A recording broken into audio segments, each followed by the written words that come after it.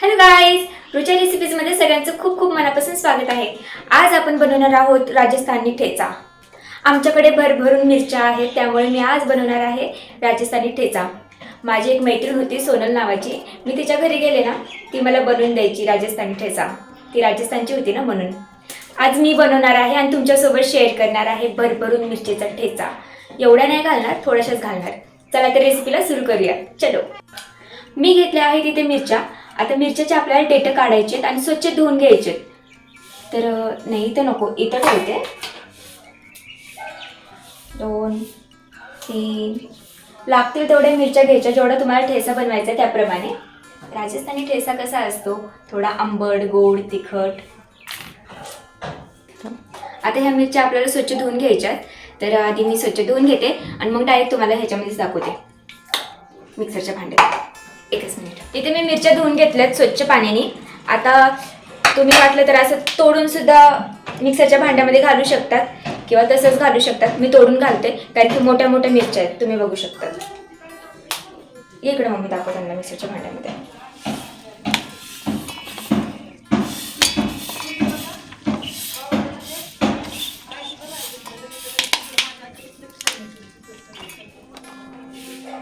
आता या मिक्सरच्या भांड्यामध्येच म्हणजे या मिरच्यांमध्ये आपल्याला घालायचे आहे कच्चे शेंगदाणे, लसूण, चवीप्रमाणे मीठ घालायचं। मीठ तुम्ही आता पण घालू शकतात किंवा नंतर पण घालू शकतात। आपल्याला वाटून घ्यायचंय। मिक्सरचं भांडं लावायचं, मिक्सरचं भांड्याचं झाकण लावायचं आणि मिक्सरमध्ये फिरून घ्यायचं। आपण दोघंच वाटून घ्यायचंय, खूप जास्त बारीक नाही करायचं। चलो आ जाओ इधर। या पद्धतीने आता आपण फोडणी देऊया। पॅनला थोडंसं गरम होऊ द्यायचं। पॅन गरम झाला की मग यामध्ये आपल्याला घालायचं आहे तेल। 2 चम्मच, 3 चम्मच। आता आपल्याला तेलामध्ये घालायचे आहेत जिरे, हिंग घालू। हे जे वरचे जे हे बुडबुडे आहेत ना, हे कमी झाले ना, मग यामध्ये आपल्याला घालायचा आहे कढीपत्ता। इथे मी फ्रेश कढीपत्ता घेऊन आले झाडाचा, उडणार आता हे। आता आपण यामध्ये घालणार आहेत वाटलेला ठेचा।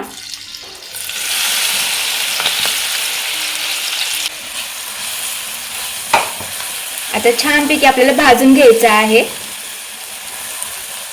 हे जे कच्चपणा आहे या मिरचीचं, शेंगदाण्याचं सगळं निघून गेलं पाहिजे, एवढं छान भाजून घ्यायचं आपल्याला।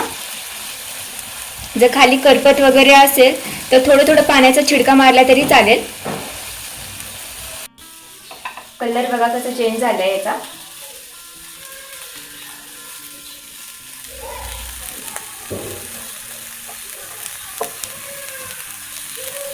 छान कलर वगैरे चेंज झालाय, खमंग भाजले सुद्धा। थोडी हळद घालू। हळद घातल्यानंतर ना आपल्याला घालायचे आहेत टमाटे। टमाटे तुमच्या हिशोबाने तुम्ही घालू शकतात।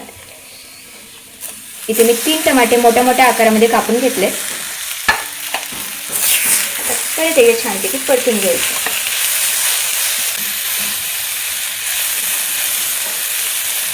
एकदम थोडंसं पाणी असं आपल्याला छिडकायचं आहे आतमध्ये, जेणेकरून खाली करपणार नाही। गॅसला एकदम कमी करायचं आणि झाकण लावून ठेवून द्यायचं।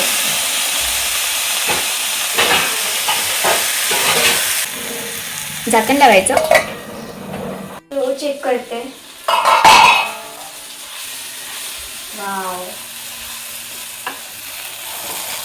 ठेच्याला कलर किती मस्त आलाय, एक नंबर।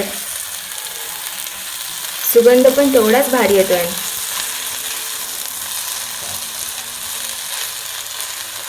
आता यामध्ये आपल्याला घालायचं आहे गूळ।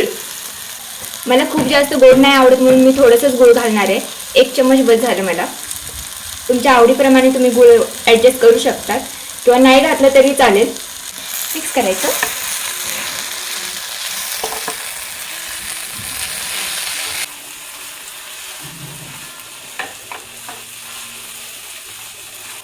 भरभरून कोथिंबीर घालू।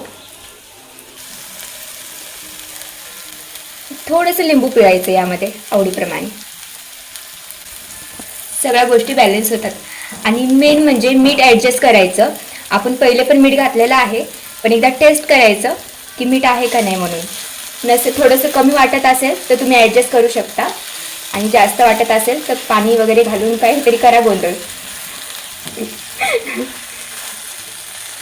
त्यामुळेच मी आधीच कमी घातलं होतं, लागल तसं घालता येईल म्हणून. मीठ पाहूया.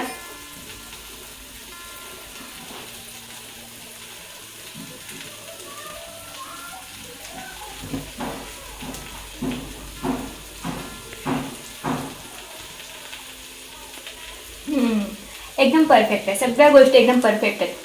आता सर्व करायला घेऊ चला.